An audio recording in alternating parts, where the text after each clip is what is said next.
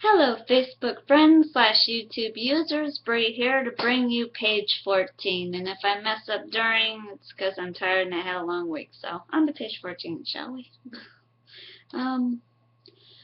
Nicole was sleeping in Drake's room and dreaming.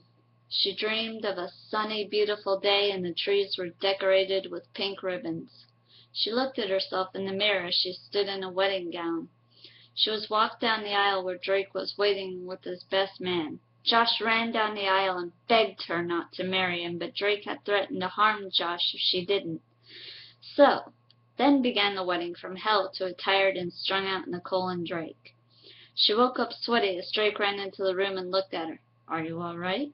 Drake asked. "Yeah, just a silly nightmare," she smiled as she laid back down.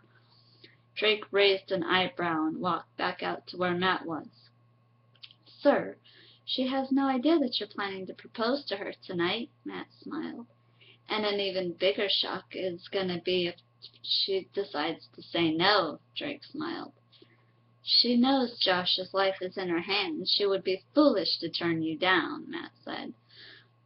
"Which is why she's going to do the right thing and marry me, or Josh will disappear without a trace," Drake smiled. Matt got up and walked to the kitchen and made their breakfast and stowed the ring under something. Drake walked into the room and sat next to Nicole and wrapped his arm around her. "Soon we'll have breakfast and I can give you another dose," Drake smiled. She looked up as Matt brought in the tray and set it before Nicole and Drake. "Enjoy," Matt said, smiling as he smiled back. He took the top off, and next to the breakfast stood a pretty little box. "What is that?" Nicole asked. "Just something I got for you," Drake smiled. She grabbed the box and undid the wrapping and opened the velvet box. Her mouth dropped open and she knew she had a choice to make.